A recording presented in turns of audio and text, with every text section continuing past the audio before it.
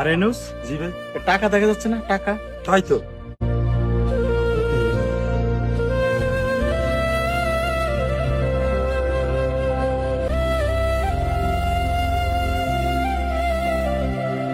ভাই, এদিক সেদিক তো আর কেউ নাই, চলো কেউ তো দেখেও না, আমরা টাকাটা খরচ করে ফেলি ভাই।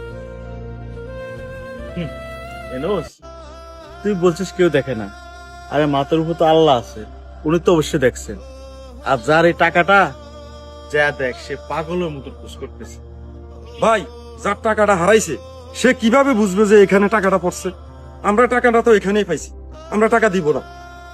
এনুস, যে টাকাটা হারাইছে সে অবশ্যই পথে আবার আসবে টাকাটা খোঁজার জন্য। এনুস, এমনও তো হতে পারে এই টাকাটা কারো কষ্টের টাকা, এমনও তো হতে পারে এই টাকাটা কারো স্বপ্ন পূরণের টাকা। এই টাকাটা আমার কাছে থাক। না, এই টাকাটা আমি পেয়ে দেব যারা মানব। চল কোন একটা মসজিদ।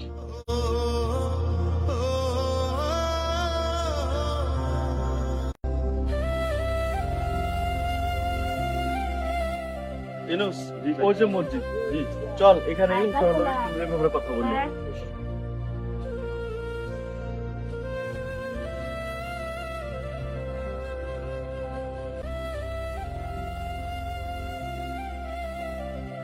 ইমাম সাহেব, হুজুর কি মসজিদে আছেন? হুজুর।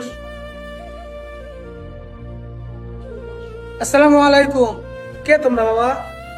ওয়ালাইকুম আসসালাম। হুজুর ভালো আছেন? আপনার কাছে আসছিলাম, আমরা রাস্তায় কিছু টাকা পাইছি। যদি আপনি মসজিদের মাইক দিয়ে যদি এলান করে দিতেন, যার টাকাটা সে যদি পাওয়া যেত।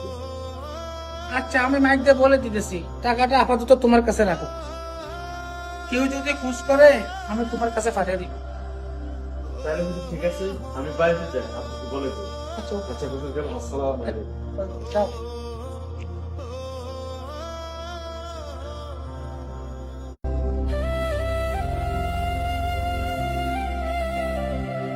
একটি বিশেষ ঘোষণা। সুপ্রিয় এলাকাবাসী, রাস্তায় কিছু টাকা পাওয়া গিয়েছে, উপযুক্ত প্রমাণ দিয়ে টাকাটা নিয়ে যান। একটি বিশেষ ঘোষণা। সুপ্রিয় এলাকাবাসী, রাস্তায় কিছু টাকা পাওয়া গিয়েছে, উপযুক্ত প্রমাণ দিয়ে টাকাটা নিয়ে যান। এখনকার টাকা পাইলে কি কেউ দেয়? এখনকার সমাজে টাকা পাইয়া মাইকিং করে, দেখ খুব ভালো একটা উত্তর। দেখ, যার টাকাটা হারাইছে সেজন্য টাকাটা পায়। আমাদের সমাজের মানুষগুলা এমনই হওয়া উচিত।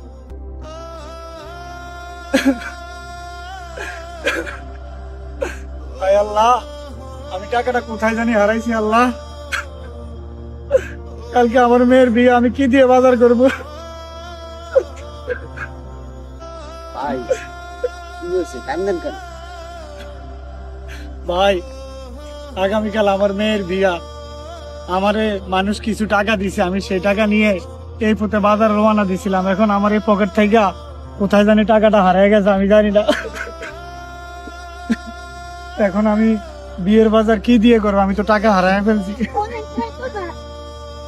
কান্দেন না ভাই, কান্দেন না, কান্দেন না। আপনার জন্য একটা ভালো খবর আছে।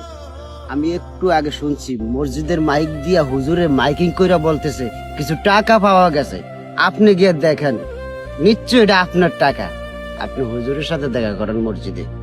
ভাই, কোন মসজিদের মাইকে বলছে? ওই যে মসজিদ দেখা যাইতেছে, হ্যাঁ, ওই মসজিদটা সোজা ওই দিকে।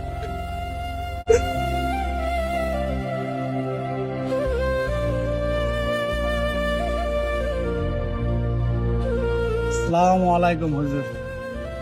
ওয়ালাইকুম আসসালাম।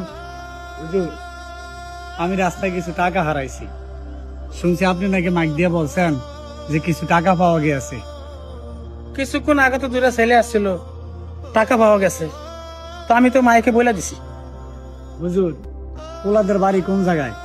আমার যদি একটু ঠিকানাটা বলে দিতেন। ওই যে সামনে ব্রিজটা আছে না, ওই ব্রিজটার কাছে একটা বাড়ি আছে, ওই ছেলেটার নাম সোহাগ। তুমি ওইখানে যা খোঁজ করো। আচ্ছা হুজুর, তাহলে আমি আসি।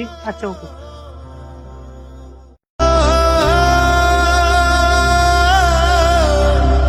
বাবা, আমি তো কিছু টাকা টাকা হারাইছি, তোমরা কি আমার টাকাটা পাইছো?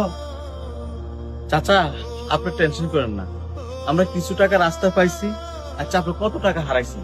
বাবা, আমি তো 30,000 টাকা হারাইছি। চাচা দেখেন তো এই টাকাগুলো না আপনার। বাবা, এটাই তো আমার সেই 30,000 টাকা। বাবা, চাচা এই নেন আপনার হারানো আমানত। আচ্ছা চাচা, আপনি যে টাকাটা হারাইছেন কিভাবে একটু আমাদেরকে বলতে পারবেন? বাবা, আমি খুব গরিব মানুষ, আমার জমি নাই, এক মুঠো মাটি নাই। গ্রামের মানুষ মিল করে আমার এই 30,000 টাকা সাহায্য করছে। কালকে আমার মেয়ের বিয়ে, আমি হঠাৎ বাজারে যাবার সময় সেই টাকাটা হারাই ফেলছি।